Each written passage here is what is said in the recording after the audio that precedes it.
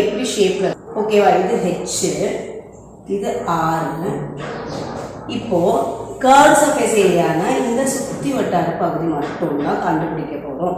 அப்போ சுத்து வட்டார பகுதியில இந்த சுற்றளவு, அதாவது ஆக்சுவலா எத்தனை இருக்கு, ஹெச் டைம்ஸ் சுற்றளவு, அதுதான் வந்து curved surface area. சுற்றளவு, that is circumference of a circle. What is that called as 2 pi r into h. Total surface area na இந்த மேல இருக்கிறது கீழே இருக்கிறது சேர்க்க போறோம். மேல இருக்கக்கூடிய ரவுண்ட் பகுதி என்னது, பை ஆர் ஸ்கொயர், அதனுடைய ஏரியா.